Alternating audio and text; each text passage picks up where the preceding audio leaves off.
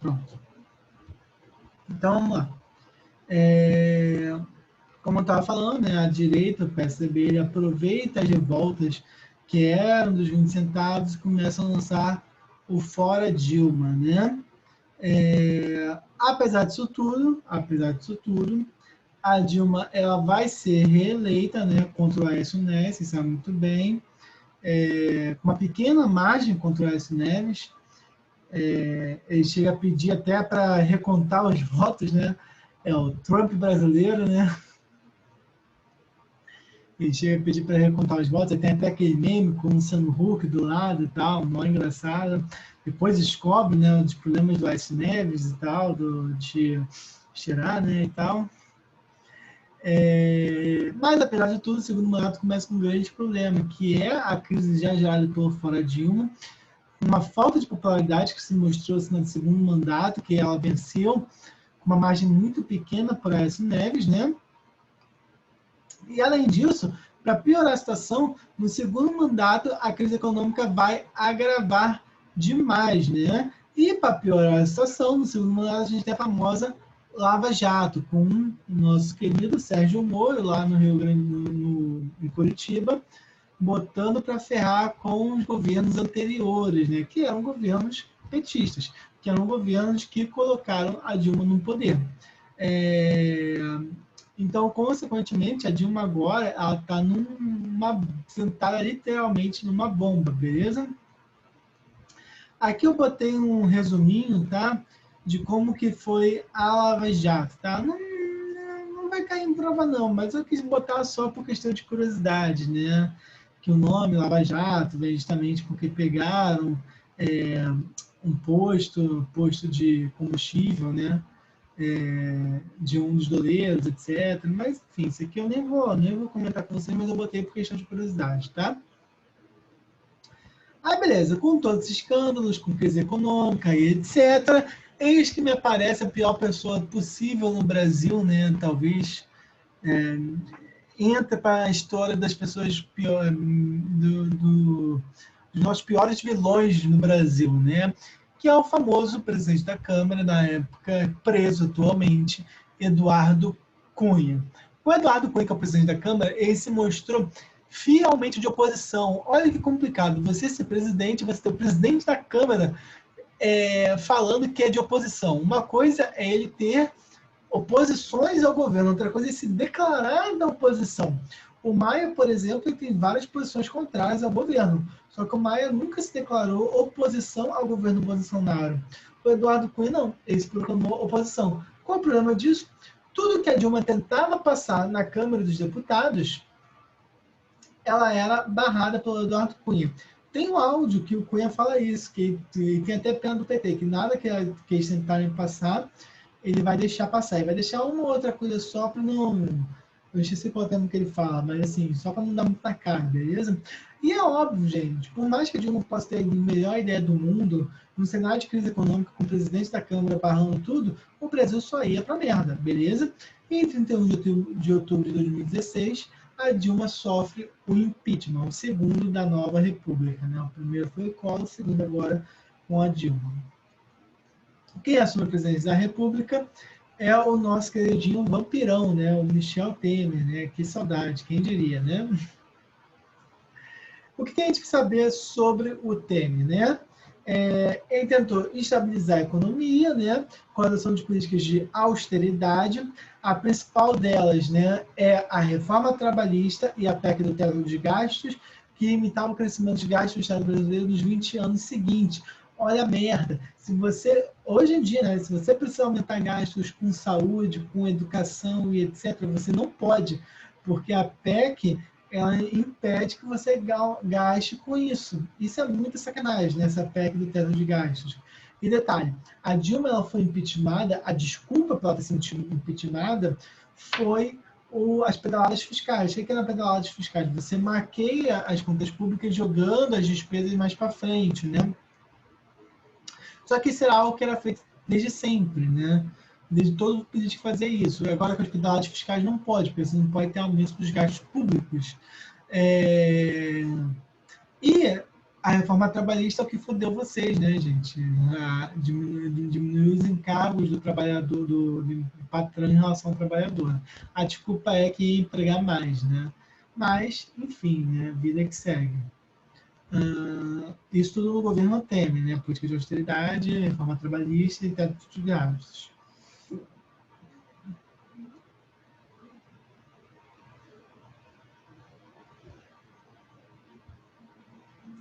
E, por fim, agora, nosso governo Bolsonaro, né, que é o cara que comemora que uma vacina não dá certo. Olha que legal, né? A gente, numa crise de pandemia, o cara vai comemorar que a vacina da China teve a morte. Que, aliás, a morte não foi nem causada pela vacina, o cara se matou, né? Mas, enfim, né? Coisas de governo atual brasileiro, né?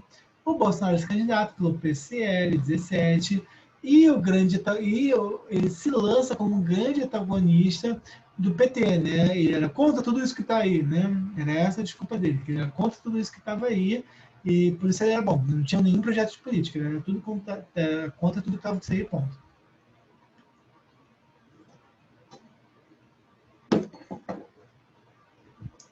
Beleza.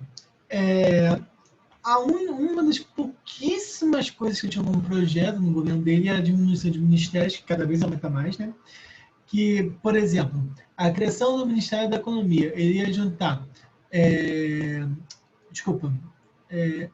diminuir o número de ministérios, a criação do Ministério da Economia, que ia ser um super ministério, que ia retirar vários ministérios e criar um só, a ampliação do número de escolas militares, tendo a meta de criar uma escola por cada capital, como se a escola militar fosse algo bom, né?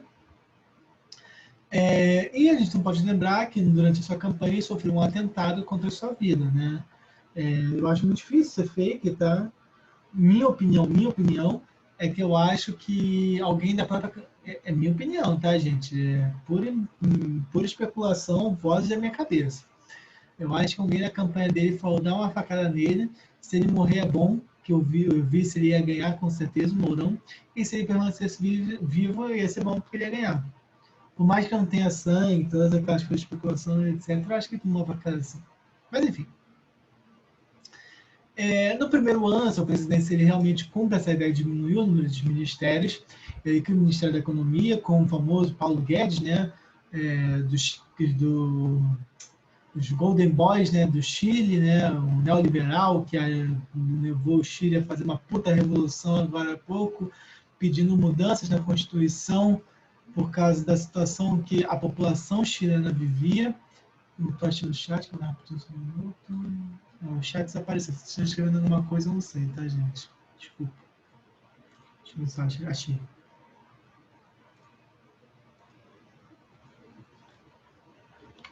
Trazer ele para frente. Só um minuto, pronto. Foi não, mas enfim, foda-se, não tá continuando. Então, o Ministério da Economia juntava Fazenda, Planejamento, Fazenda, Planejamento, Desenvolvimento, Gestão, Indústria, Comércio Exterior e Serviços, e também o do Trabalho, beleza? Dentro do Ministério da Economia, né, ele foi responsável pela continuação da reforma trabalhista, né, foi consolidado no governo Bolsonaro. A reforma da Previdência, esse fudeu pra caralho com todo mundo, puta que pariu. Agora a gente vai se aposentar velho pra caramba, né? Eu, vocês, todo mundo, né? Jovens. Beleza. Isso aqui eu acabei de falar, né? Mas, enfim.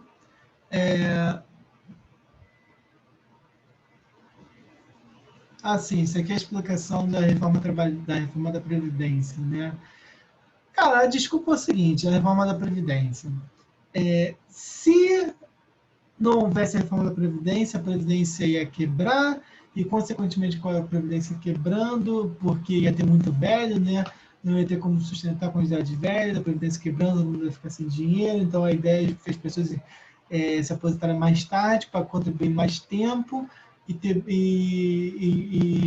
porque também o tempo de vida do brasileiro cresceu e tudo isso, só que mesmo assim, o tempo de vida do brasileiro não cresceu tanto, e tem pessoas no Brasil, principalmente dentro do interior brasileiro, que não chegam à expectativa de vida da aposentadoria. Ou seja, eles vão morrer trabalhando. Beleza? essa é a reforma da Previdência, beleza? O presidente também vai unificar o Ministério da Justiça, né, criando o Super Sérgio Moro, né, o Ministério da Justiça com Segurança Pública, né, o Moro que fica por um tempo, só que por questões, problemas relacionados ao presidente tentar interferir na Polícia Federal, o Moro se afasta, como vocês bem sabem, né? Ele entrega ao Ricardo Vélez Rodrigues, em 2009, o Ministério da Educação. Só que logo depois ele vai ser afastado, porque o Vélez Rodrigues teve uns problemas aí com uma ala do governo Bolsonaro. E quem entra é o Abra Weintraub, esse, nossa, eu fui até... Nossa, viajei.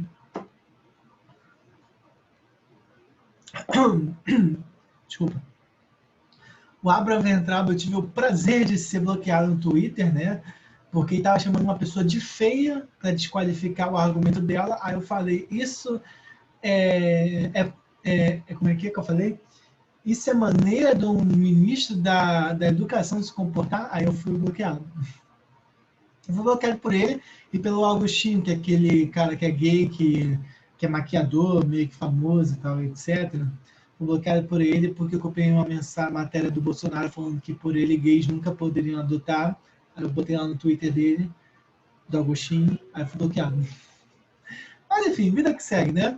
O Abra Weintraub, ele também vai ser demitido logo depois, né? Depois não, dura até muito tempo esse desgraçado, porque ele vai fazer tentar falar, né, que o vírus veio da China e faz piada com o jeito chinês de falar, né, usando cebolinha. O Ministério das Relações Exteriores vai para o Ernesto Araújo, que é bem interessante, porque o Ernesto Araújo é um terraplanista, né? Olha que governo maravilhoso que a gente tem, um terraplanista comandando as relações exteriores. E é óbvio, né? Ele é ligado à área ideológica, então ele vai criticar sempre a China e vai se aproximar dos Estados Unidos, né? O Weintraub, ele tem, eu botei aqui, né? Ele corre um processo jurídico contra ele dentro do STF. O governo Bolsonaro também é marcado pela forte presença dos militares no aparato do Estado, que é um absurdo, tá, gente? Nunca houve tantos militares desde a ditadura dentro do governo, e não é só nos ministérios, militares participando de todas as camadas do poder executivo, e militares piores, ainda na ativa, que saíram, foram temporariamente dados para o governo para estar nesses lugares. E militares da reserva também. Eu vou tentar um número aqui, ó.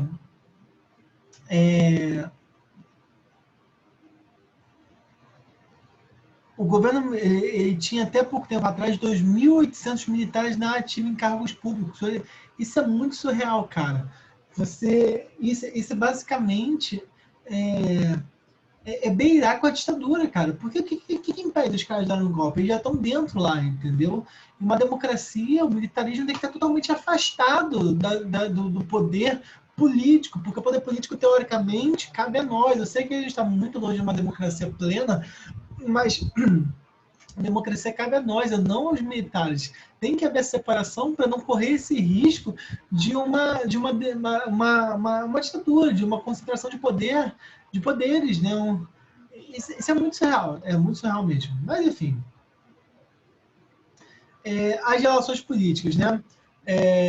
O Bolsonaro, ele tem disputas entre o legislativo e o executivo, né? Eu já falei isso com vocês, eu não sei se foi no vídeo anterior, cortado, mas o fato dele não dividir os ministérios entre o legislativo faz o legislativo ter alguns problemas com o Bolsonaro, né? Ele afasta a ideia do presidencialismo de coalizão, só que você precisa do legislativo para legislar. A única coisa que faz o Bolsonaro conseguir legislar é porque muitas das suas pautas são ligadas às pautas do legislativo, que são pautas ligadas a quem, gente? Ao grande empresariado, à grande burguesia brasileira. Então, a reforma da Previdência e a reforma trabalhista, elas passam pelo legislativo, mesmo sendo o executivo que tenha colocado. Mas outras coisas que o governo tenta passar pelo legislativo, ele sofre. Uma outra coisa que o governo vai conseguir passar pelo legislativo é aumentar o porte de armas, né? Por quê? Eu já falei com vocês em alguma oportunidade aí que as três maiores bancadas do Congresso é o BBB, bala, boi e bíblia, né? Ou seja, a bala, sendo uma das maiores bancadas do Congresso, consegue passar a agenda de aumentar o porte de armas, né?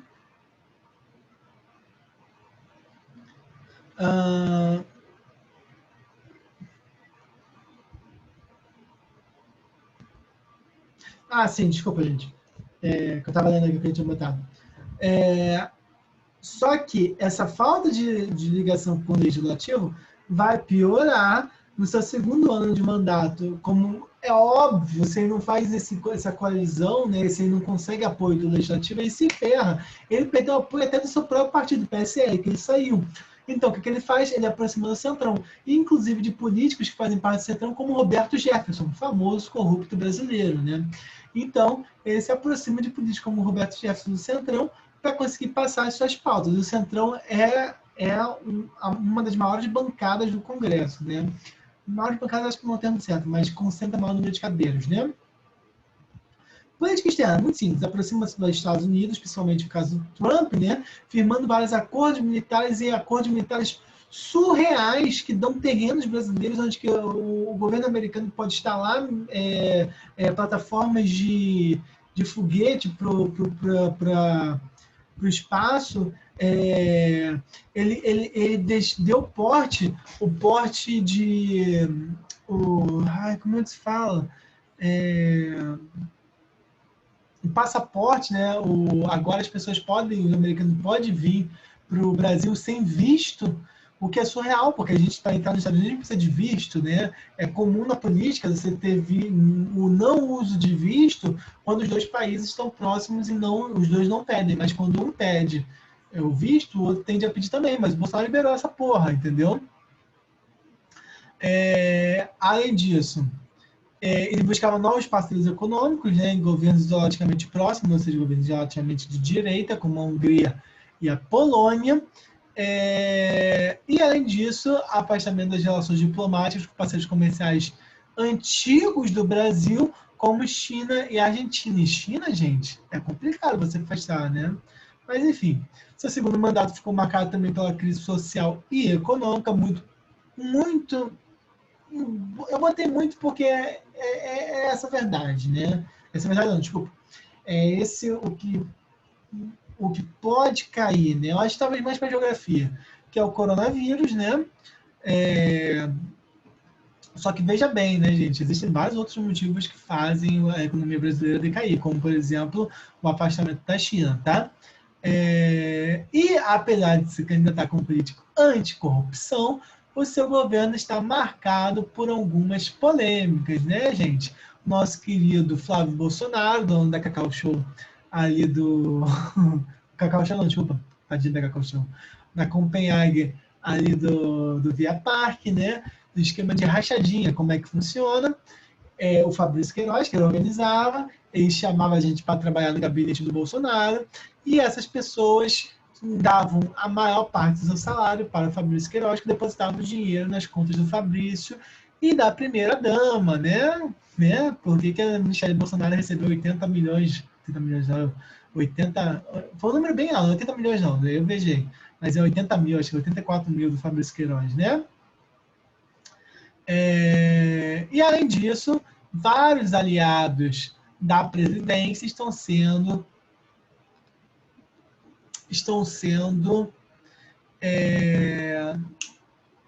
investigados pelo STF, inclusive o cara que bota dinheiro no cu, né? Esse cara é aliado do governo Bolsonaro, tá, gente? Além da situação toda, o Bolsonaro ainda vai ser criticado pela situação como ele leva, né, a pandemia, como eu falei hoje mesmo, sobre a situação ridícula dele falar da vacina, né, como se o fato de uma vacina não funcionar é algo bom, né, isso é surreal. E pelo seu fraco desempenho na economia, seu PIBinho, né, o pessoal zoou PIBinho de 1,1%, principalmente essa zoação, né, por causa é o Eduardo Bolsonaro, que é zoado que tem um PIB pequeno, né? O pessoal zoou de PIBinho de 1,1%. É isso, gente. Essa é a nossa aula de história, fazendo um resumão aí dos nossos últimos 4 presidentes, né? Alguma dúvida?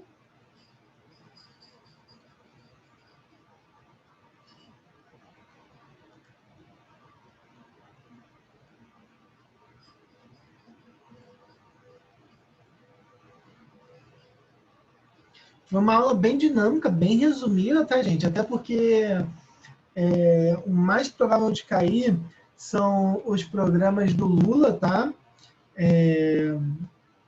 Talvez o escândalo de corrupção, mas o escândalo de corrupção talvez caia como apesar da economia estar boa, etc., o governo Lula sofreu um grande impacto. Diga quais foram os impactos, etc., entendeu? Mas os programas, com certeza, né, sobre o Lula, as relações comerciais do governo Lula, as manifestações da Dilma já caíram em prova, pode cair também, sempre, né? Talvez, eu não acredito cair na área de Temer e Bolsonaro, não, mas se cair, eu acho que talvez cair como interdisciplinaridade, principalmente para falar sobre a reforma da Previdência e comparar com a Europa, que eles adoram fazer esse quesito, porque a Europa tem muito velho, né? Talvez o Chile, que fez a reforma, né? Está fazendo a reforma constitucional. Mas é isso, gente. Aí, a próxima aula, talvez a gente faça sobre conflitos internacionais. Alguém falou com vocês de conflitos internacionais?